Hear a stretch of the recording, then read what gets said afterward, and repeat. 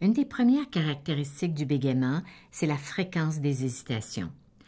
Tous les enfants peuvent hésiter ou avoir une période où ils hésitent davantage, et ça va se démontrer vers l'âge de 3 ans, 4 ans. Mais quand les hésitations sont beaucoup plus fréquentes qu'elles ne le sont chez les autres enfants du même âge, c'est un signe d'alarme. Donc, si vous trouvez que l'enfant est dysfluide et qu'il a de la difficulté à dire ses mots et que ça arrive beaucoup plus souvent, c'est un signe important de bégaiement. Une autre caractéristique du bégaiement, c'est ce que l'enfant dit quand il parle ou quand il hésite.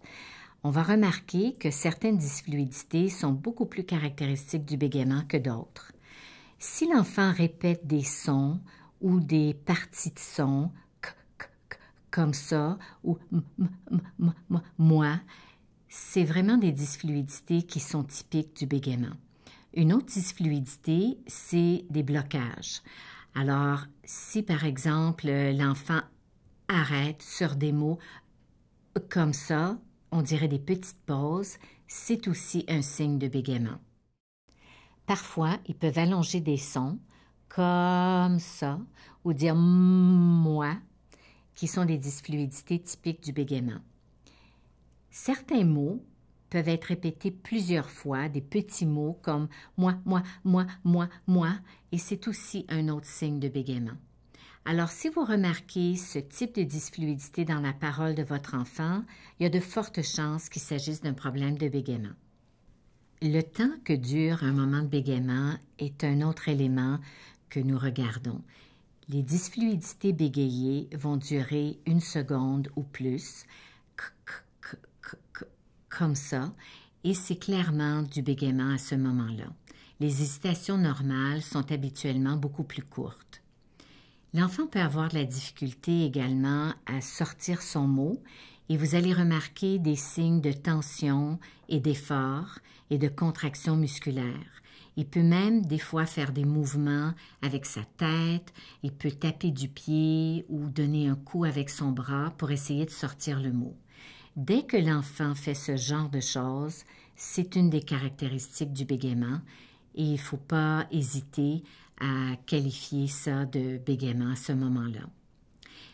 Notez que le bégaiement peut se présenter de différentes façons. Il y a des enfants qui vont répéter davantage et d'autres chez qui le bégaiement va être un petit peu plus silencieux. Il va faire surtout des petits blocages, mais dans les deux cas, c'est du bégaiement. Et les gens croient à tort que pour bégayer, la personne doit forcément répéter les mots. Mais ce n'est pas vrai. La personne peut avoir plusieurs types de blocages, d'arrêts comme ça, et même ça peut signaler un problème qui est plus sévère ou plus évolué. Il faut dire que les répétitions dérangent beaucoup l'interlocuteur et c'est une des choses qui contribue à donner au bégaiement ce stéréotype de répétition. Les enfants qui bégayent peuvent avoir un problème qui peut être très léger où il y a juste des fois des petits accrochages comme ça, à un problème qui est modéré ou même très sévère, où l'enfant peut avoir beaucoup de difficultés à parler comme ça.